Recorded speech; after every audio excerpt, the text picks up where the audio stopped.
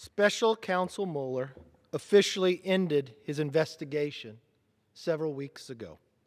His office is closed. Because of Attorney General Barr, his report is public, and his findings are very clear. No collusion and no obstruction. This is the bottom line of the Mueller report. But Mr. Speaker, Democrats refuse to accept it. Mr. Speaker, even the chairman of the committee refuses to go read the portion that he's allowed to read, only 6 lines. He refuses to read it, but he wants to come here today. They continue to believe their worst conspiracy theories about the president, despite all the evidence to the contrary. Mr. Speaker, it's even reported in newspapers in the campaign to become chairman of the Judiciary Committee, one said he campaigned for the position because he would be the best with impeachment.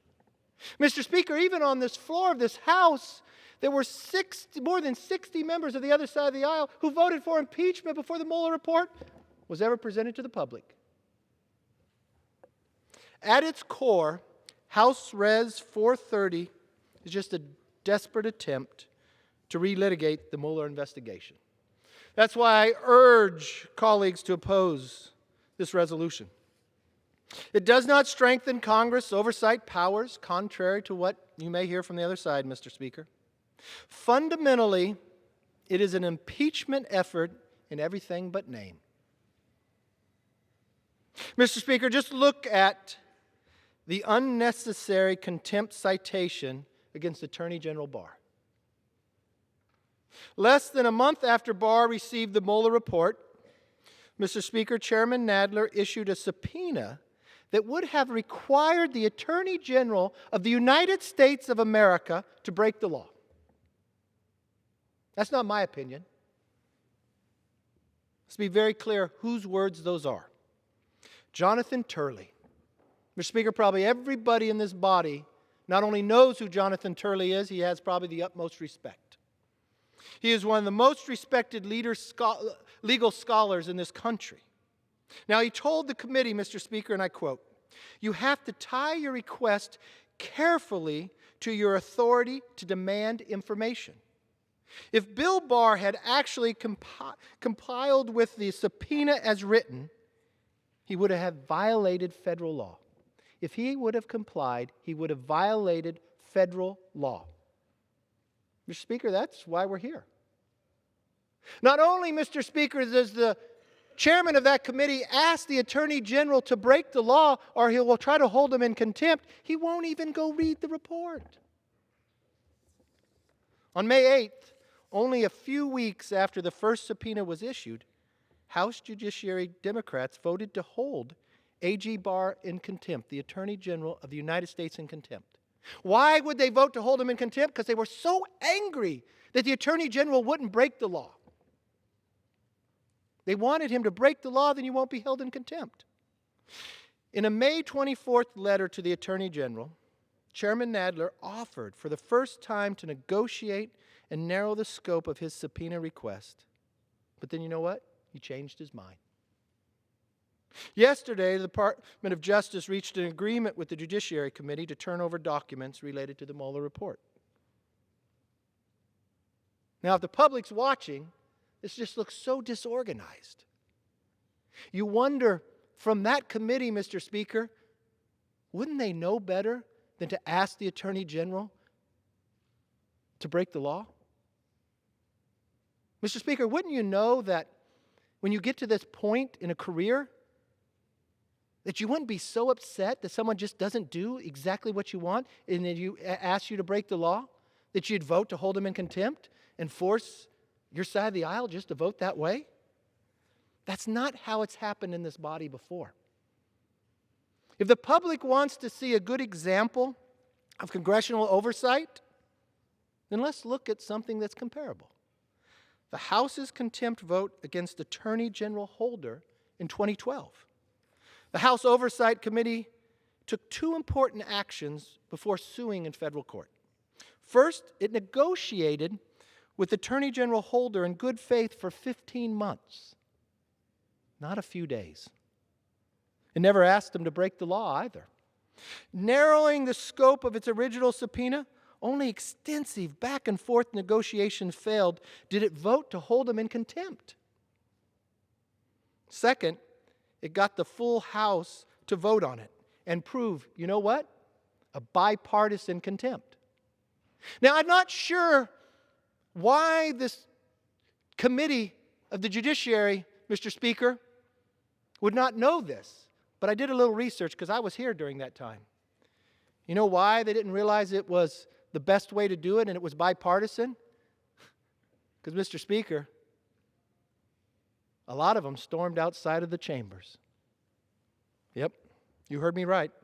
Even though 17 Democrats voted in favor of the criminal contempt resolution against Holder and 21 voted to enforce civil citation, a number of them stormed outside and protested, took their ball and ran home. Mr. Speaker, I guess the public looked at it just throwing another fit. Now that's pretty significant. As many of you remember, it was contentious. I remember, Mr. Speaker, watching then Minority Leader Pelosi, Minority Whip Hoyer, and Congressman Nadler lead 100 Democrats off the House floor to protest the vote. Mr. Speaker, you won't see that on our side. We believe in the rule of law. Mr. Speaker, we would have done the exact same thing the Attorney General did to Jonathan Turley said, that you would have had to break the law to try to appease somebody's own personal vendetta. The idea that, Mr. Speaker, that someone would run for a position to say that they'd be best to impeach somebody and even vote to impeach without even having a report, and then when you get a report and you could go down and read just those 6 lines that you want to complain about, but you won't. The same person, Mr. Speaker, that would run outside and say, I got elected to Congress, but I'm going to pout and I'm going to go outside. Mr. Speaker, that might be the same person that want to bring this to the floor today. But what is so different about today than all the others? Well, we're doing something we've never done before. We're doing something that's going to take the power away of every member in this body and give it to a select few. Mr. Speaker, if this vote passes today, members of this body are going to say, don't bring it here and let me represent my own people and vote about going to court. Let's just give it really to 3 people. Let's give it to Speaker Nancy Pelosi, Majority Leader Hoyer, and to the Majority Whip. Because that's what BLAG is. I know the courts are going to sit there and say, that's not what Congress is supposed to do. Congress has never done that before. But you know what? If this new majority thinks all they want to do is make an attorney general break the law, I guess they could break every rule, every history, every point of representation there is inside this body. Did we wonder if this would happen? Do we wonder why you wouldn't take the months as they've shown in the time before and actually come to a bipartisan conclusion? I think the plan was already written. I don't know if people can talk about the word patient because, Mr. Speaker, I remember Congressman Hank Johnson of the Rules Committee. This is the Speaker's Committee, so everybody understands correctly that it's just appointed by the Speaker on the majority side. And he said, Mr. Speaker, Donald Trump will stand for re-election again in a very short period of time, and we don't have 400 days to wait. So don't care about the rule of law. Don't care about asking him to break the law. Just break every historical trend and try to take the power away from millions of Americans, of the members of Congress who represent him here. I didn't know today would come. Mr. Speaker, I didn't know that someone would go this far. I didn't know just because someone, Mr. Speaker, despises somebody else, that an election didn't turn out the way of the desire. Mr. Speaker, I've been on losing sides before. But I'd never think I'd break the law just because you lost an election. I'd never think of asking somebody as high as office as the Attorney General of the United States of America to not give due process, to come to the floor and strip the power of 430 members and put it in a select few. But, Mr. Speaker, I have to be honest. I don't put anything past what this new desire is about. Mr. Speaker, Democrats say we're on a constitutional crisis, and they're right. But not because of Attorney General Barr. The true constitutional crisis is this. When Democrats can't win, they change the rules. I just heard it on the floor, Mr. Speaker. But yes, from the other side of the aisle said this has never been done before. And yes, this is nothing this House has ever desired to do. But it's also no way to govern. The American people deserve a majority that is serious about coming up with solutions, not subpoenas. There are plenty of important challenges that we can be working on to solve. Just yesterday, Mr. Speaker, I opened the New York Times. It's not a paper that I think always I agree with, but it had an editorial, not for the first time, but for the second time. And it was talking about the crisis on the border. And as I read this editorial, I found myself agreeing with it greatly. When I read it, it talked about the border, it talked about Washington to stop dithering and do something about it. And I looked to wonder what committee would be most responsible for this challenge. Lo and behold, it was Judiciary. So I turned it on in hopes that I would see a hearing. Maybe I'd even see a markup. No, Mr. Speaker, who did I see? I saw John Dean. John Dean, who pleaded guilty in Watergate, the same individuals that's put more than 900 tweets out against the president, many before any Mueller report came forth. He was the expert witness. The same individual who's paid by CNN, the same individual who said the presidency of George Bush was worse than Watergate. I guess this new majority will go to no end. It doesn't matter if the facts don't go where you want, just change the rules. I wonder, all these new freshman Democrats, Mr. Speaker, when they swore in to uphold the Constitution, does that mean trying to make the Attorney General break the law? Does that mean giving your power away to a select few? There is a crisis on the border. The New York Times knows it. The country of Mexico knows it. I think almost everybody in America knows it, except, Mr. Speaker, I guess this majority.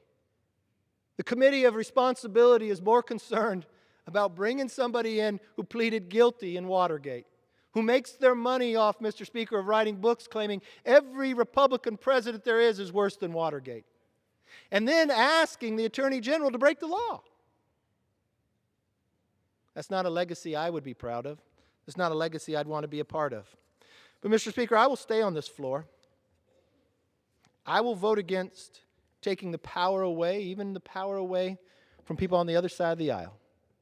I won't lead a protest, and I won't go outside, and I won't take my ball, and I won't run home. I believe in the rule of law. Mr. Speaker, I had the responsibility and the opportunity that I could go read the redacted portions of the Mueller report, just as some on the other side of the aisle could. It's just 6 lines. Not did I think it was just my responsibility, but as an elected official, I thought it was a responsibility, so I went. But, Mr. Speaker, the people leading this today, they have not. They think they know better. I don't know if they know better, but one thing I do know, they're changing the rules of the House simply because they cannot win. That's not the American way. Those are the reasons why we stand up.